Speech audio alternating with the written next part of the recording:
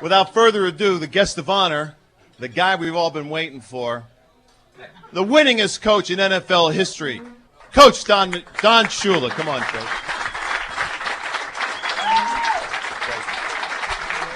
I was so happy when I was asked to do this because little did anyone know here, I grew up a Baltimore Colt fan because I was from Atlantic City. And so I watched the Baltimore Colts under the head coach, Don Shula, at that time come up. And so when you take a look at what Coach Shula has done, I just got to start right from the beginning.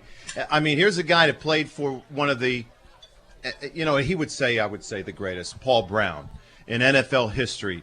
What's the best word you could describe Weeb Eubank as? One word. I think patience. I think he had a lot of patience, and he just took his time, and he made sure that everybody understood what he was saying. 1963, you step into a job at the Baltimore Colts because that aforementioned Weeb Eubank leaves to go coach for the Jets. You take 1 year out, you're 8-6 your first year, you go to the championship game your second year. 1965. I mean, I remember that game. I was sitting on TV. In those days, there's only one game you can watch on TV, and it's the Baltimore Colts against the Green Bay Packers, Lambeau Field. It's misty out, and you don't even have a quarterback to play. You go into overtime and you lose. In that game, the biggest play that I looked at was a field goal that may have been there, may not have been. What was your opinion? Well, there was no question that the field goal was wide right, and it shouldn't have counted. Chandler kicked the field goal for Green Bay, and when he kicked it, he jerked his head in disgust and kicked the dirt, knowing that he had kicked it wide right. And the official, Jim Tunney, was underneath the goalpost, and he ran over to the side of the kick, and the goalposts were only that high at the time, and the kick was out here, and he ruled it good. So after they showed that the kick was definitely outside, then they lengthened the goalpost from that high to that high, and they put an official under each end of the goalpost looking up so he didn't have to run over. So that was all because of Tunney's blown coverage, or call in that game. Right. And I see Tunney now, and I happen to bring it up only every time I see him. and he's the one that said, "Christ, it's been 40 years. Let it go, Coach." And it's only been 25 for me, just so you know. And so, but I'm going to haunt you as long as I know you, man. Let me tell you. But anyway, so you're in that game. But here's what was special about that game. It was a playoff game to get into the playoffs. It was a tiebreaker of some sort. You go in there and just tell me how you had to make a decision to play Tom Matte at quarterback. Tom Matte, one of the great running backs for the Baltimore Colts. Did he even practice at quarterback? We had our Unitas got hurt and Gary Quazzo got hurt. And I picked up Ed Brown as an emergency quarterback. And he won the playoff game that put us into the championship game. But he wasn't on our roster early enough to qualify to play in the championship game. So I find out that although we won the playoff game, he couldn't play in the championship game. So now I had to get a quarterback. And the only guy I had in my roster with quarterback experience was my running back, Tom Matte, who played quarterback for Woody Hayes at Ohio State when he was in college. So I said to Tom, "You're the only guy with quarterback experience." He said, "Well, it's been a long time, but I'll give it a shot." So I thought I'd try to find out about him as a quarterback at Ohio State. So I called Woody Hayes and I said, "Hey, Woody," I told him my predicament. He said, "Coach, you don't have a thing to worry about." So I knew then I had some things to worry about.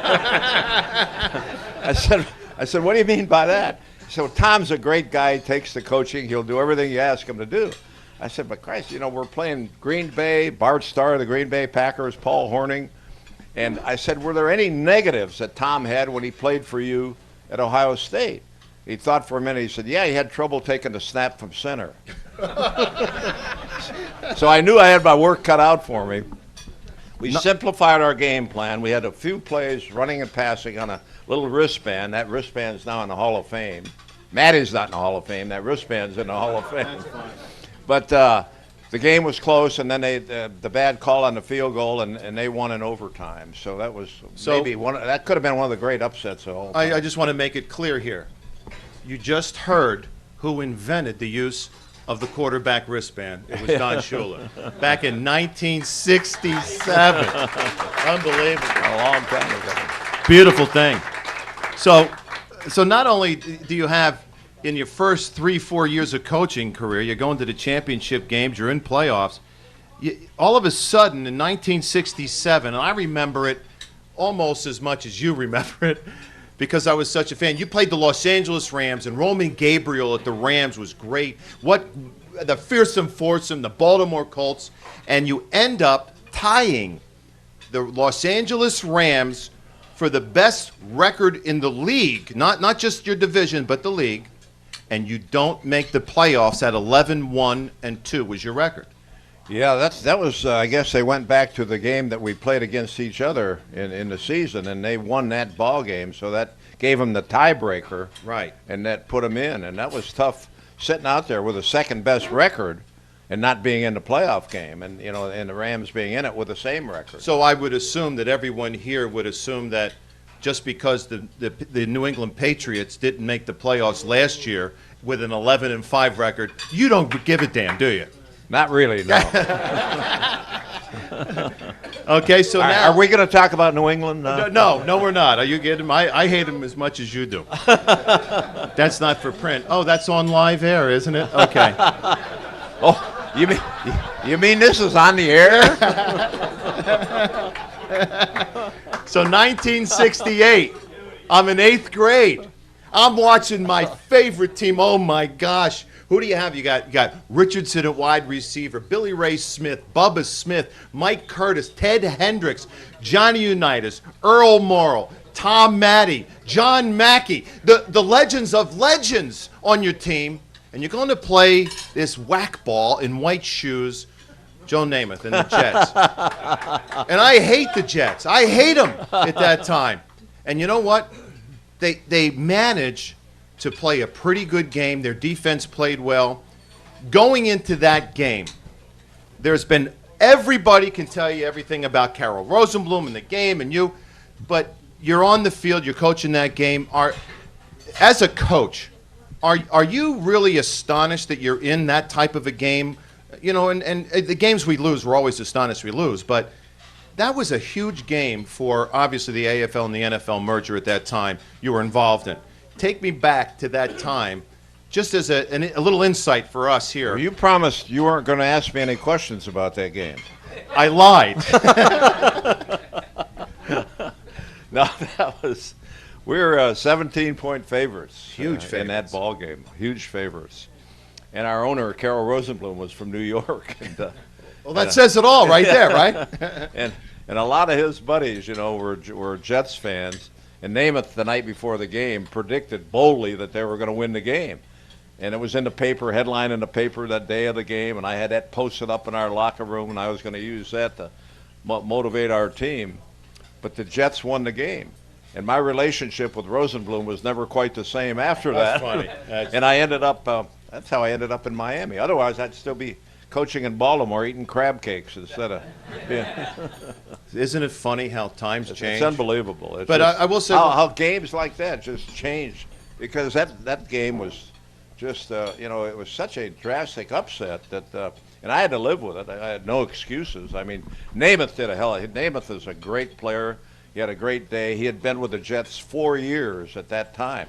Earl Morrill was subbing for Unitas and Quazzo. I had him for 4 months at that time, and he just didn't make some plays, and Namath was unbelievable in the ball game. And a lot of times, because we have a lot of young people out here that, and I wanted to get this history out because, you did it, I lived it, and some of these people have heard about it, and we just talked about change, and you change. You go from great success with the Colts as a head coach, and you go to this new league, the AFL, now the merger, the Miami Dolphins expansion team, the whole 9 yards, and things change, and it changes dramatically.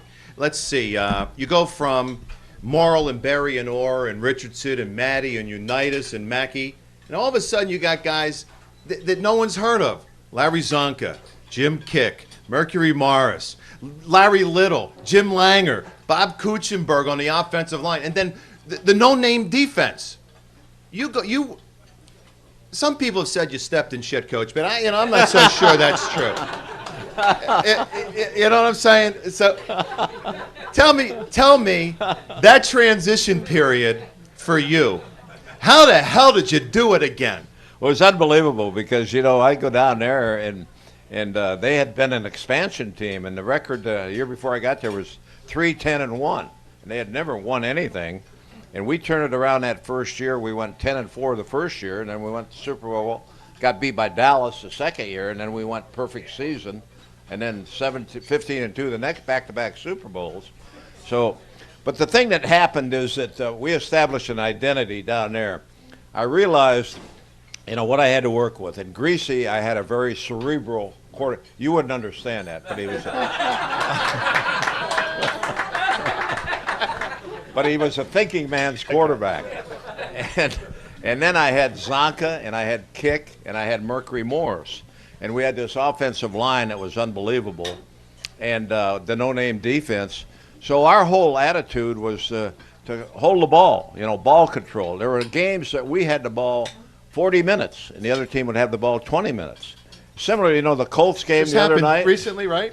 The Colts game the other night, they had the ball 13 minutes or 14 minutes. And won. And won the ball game because Peyton Manning is just unbelievable. Wouldn't you pull the rest of your hair out today if that was the way it happened? Well, that's unbelievable. But that's how we used to do things. I know. We had ball control, time of possession, and we didn't make mistakes. We didn't throw the interceptions. We didn't fumble the football. Zonka never fumbled the ball. Never. And when we got down there, we didn't have to settle for field goals because Zonka would get the touchdown for us. So I want to let everyone know now, we all know who invented the quarterback's arm notes on the arm. Wristband. And now I'm going to let you know who invented the three-headed back monster. That was Zonka, Kick, and Morris. He's the guy that really invented it. And, of course, he's going to take all the credit in the world. Yeah, as long as we're here. Right. For guys that ended up being just wonderful players. And you know what? It's about using players, Coach. It's you use them at the right time, and you're a genius. If you don't use them, all of a sudden, you're the worst. But you use them spectacularly. We call it situation substitution. We tried to get the best players in there for the situation that we're confronted with. And obviously on first down, it's different than third and long. Correct. And when you're on the goal line, it's different than when you're backed up. So he always wanted to He's talking to you people about that. I already know that. I just want to make that clear. I'm trying to have you understand. I know they understand. I'm trying to get... So anyway, so now you go out 72. You're playing games, and all of a sudden you're winning 14-10. You win 21-20. You win 42-10. All of a sudden you got 4 wins. All of a sudden you've got 8 wins. All of a sudden you got 10 wins. Take me in the locker room with your speech to your team. How do you keep a team that's on the brink? I won't say you're there yet, but you're brink, because you got to talk about the fact you're undefeated with 4 games to go. Yeah, but that wasn't our goal. Was not to be undefeated. Our goal was to get to the Super Bowl and win it, because I had been 0-2 in Super Bowls, the Jets Super Bowl and the Dallas Super Bowl. I knew that. Yeah, and I know, and a lot of other people knew it, and they kept bringing it up. And when the last thing that they say about you is, "But he can't win the big one," that's not good. No, it's not good at all. That's what they were saying about me. So our whole objective was not to get to the Super Bowl, but to win the Super Bowl. And if we'd have lost the game somewhere along the line, it wouldn't have been, it wouldn't have been that bad as long as we got to the Super Bowl and won it. But when we got to 13 or 14, then we became aware of the fact that nobody had ever done this. Nobody had ever run the table, had gone undefeated the entire year in the history of the National Football League. The 50-some years before we did it, and how many years, 30-some years since we've done it. Right. So that in our minds, that became, maybe important, but not the most important. We had to win the game. If we'd have gone 16-1 and lost the Super Bowl, that would have been disaster. But if we'd have gone 16-1 and the one loss would have been during the season, and we win the Super Bowl, then that would have been a great win. So that's why it became that important. Right. I mean, if fans out there could understand that since the merger in 1970, two teams have gone undefeated in the regular season. Of course, the coach's 72 team and the 2007 Patriots. Two teams. They had an asterisk by there. Well, I was going to get to that. Okay. Two teams. Only 5 teams since 70 have lost one game. Only 5 teams have lost one game, and of course, 2 teams have gone the other way. 0-16. Tampa Bay at 0-14, and Detroit last year. So it's hard to do that, and then go to the playoffs and win. There's got to be a point that you look back and you say, this is the single greatest achievement in the history of the NFL.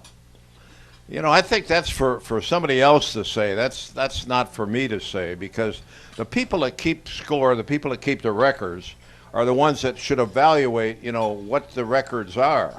And then you take all of the teams in the history of the National Football League and then put the records out there, and then you see what the best records are. And, nobody's done that. So that's why I think that team deserves to be recognized for that accomplishment. And you're Catholic, right? Yeah. So how come we always see you with a novena when those teams are undefeated right at the end there? Yeah, we've been accused of, getting together and praying that the other team loses, and that we're a bunch of angry old men that just can't wait for that last undefeated team to get beat. And that's not true.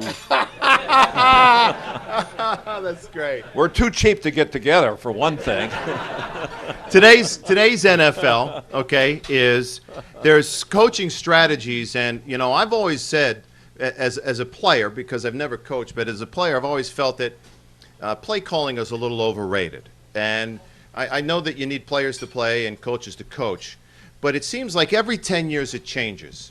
Back in 1983, you draft this kid that nobody wanted because they thought he was smoking dope and, he wasn't good enough.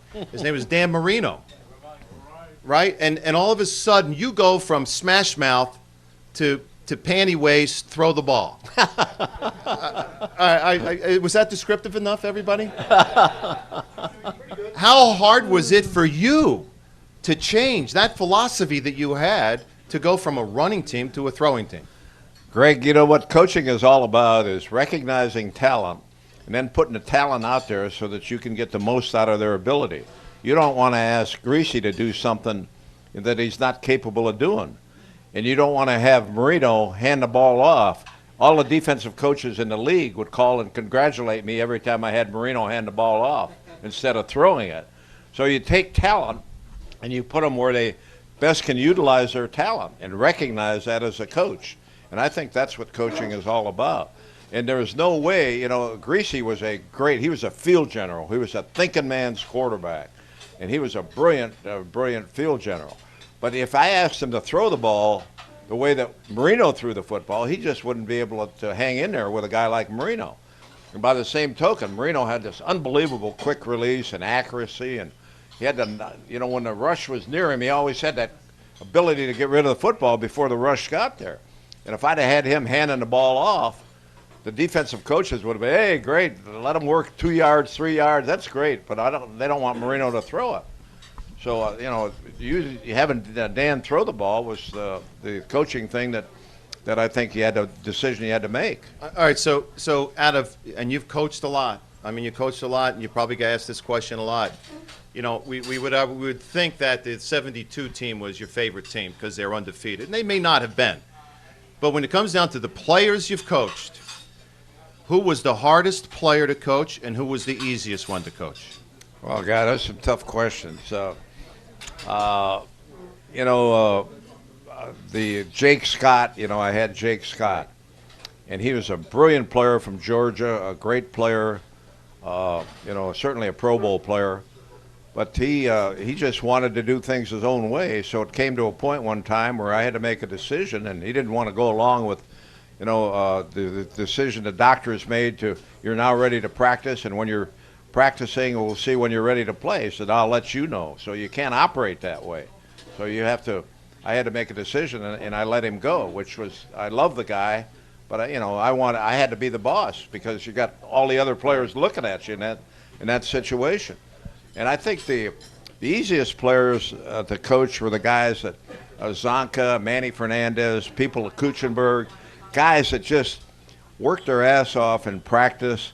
And when the game started, they were ready to play, and they would never make a mental error, and they were going to do whatever it took to, make the play to help you win the game. And those are the guys that you really enjoyed coaching. I really have one more question, then we'll end it up. How's that Medicare Part D prescription plan doing? You mean no Nutrisystem is what? No, I didn't say you need Nutrisystem. Let me tell you, folks, this is what they call an originator, not an imitator. And there's plenty of imitators. How about a hand for our coach? Thank you, Don Shula. Thank you, Coach. Thank you, man. Enjoyed it.